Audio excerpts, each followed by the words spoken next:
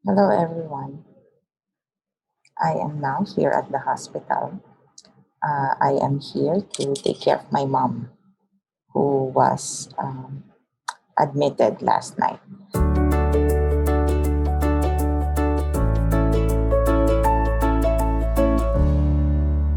Okay, so I just came from outside because I was attending to some hospital concerns. That's why I'm wearing a face shield, which I'm taking out now, and my face mask. So, yeah, now you can see me better. Right, so um, I'm taking this opportunity to share with you a little bit about the experience of being in the hospital as a homeschool mom. Okay, so this is a natural thing, I suppose. I mean, everybody goes through something like this once in a while. Um, when we have senior citizen parents, we have the privilege of taking care of them when they have a health crisis. So I'm speaking a little bit softer because she is taking a rest. There she's taking a nap. Yeah. So um so in compliance with the regulation that uh you respect patient's privacy, although I'm sure she won't mind because she wants updates about her to be out anyway. But she's okay. She's stable and she will be um, having her swab test ready by siguro by tomorrow. And then after that, we will know if she's already up for surgery.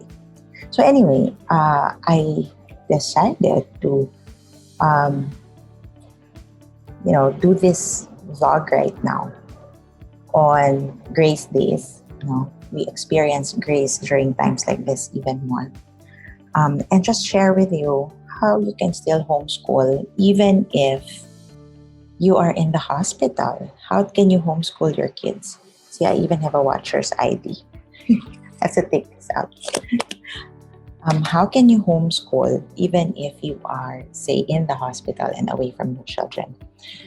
In my case, because my children are already teenagers, my eldest is now grade 10, 16, and my youngest is 13 years old, grade 7. So it's probably a lot easier because they are self-directed learners already and they are self-motivated and they are now independent learners.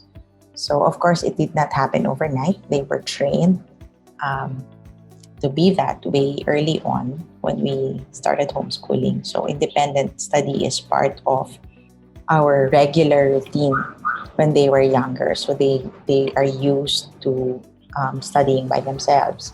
So what we did before my mom got admitted, because we knew that my mom would be scheduled for admission. No? So the 2 days, 2, 3 days prior to my coming to the hospital for my mom's admission, we had a planning conversation with the kids. So my husband and I and the children planned, and our teens shared with us their plans for the week, what their weekly goals would be. I assume that I will be here in the hospital for about 4 days. Um, so my teens shared what their weekly goals are and how they plan to achieve their goals for this week. And then we had a chat about their game plan.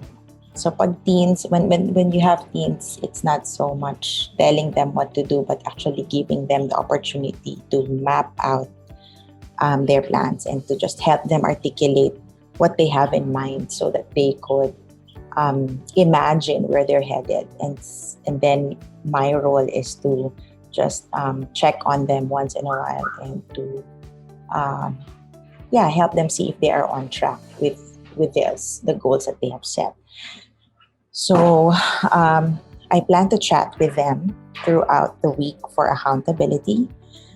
Chat, not nag. So just make sure that um, they're doing what they plan to do, so that they can lessen the frustration of feeling like they didn't accomplish anything because mom was not around to be with them.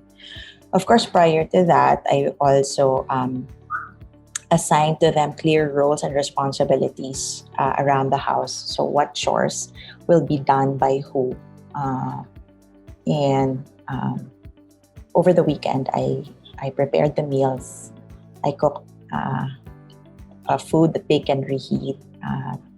I asked my daughter also to help me out in doing that, and then I labeled each of uh, the viand, the curry or the ulam that they would have. And then my son usually is the one who cooks the rice, and then my daughter takes care of meal preparation. So I made it easier for her by cooking food, and then that they can preheat. Okay, so, that they can heat up, reheat, not preheat, reheat before they eat. So I assign clear roles to each of them, and what responsibilities are expected of them in my absence. And of course, their dad is at home, and they can work together. I think on top of all this, what I learned is to really trust them. Trust them to be able to thrive without me for a week, and that they will be okay. All right. So that's for teens. What about kids? So what if you have kids and you're homeschooling your kids, and how can you turn it still into a homeschooling opportunity, even if, say, you are in a hospital caring for a sick member in the family?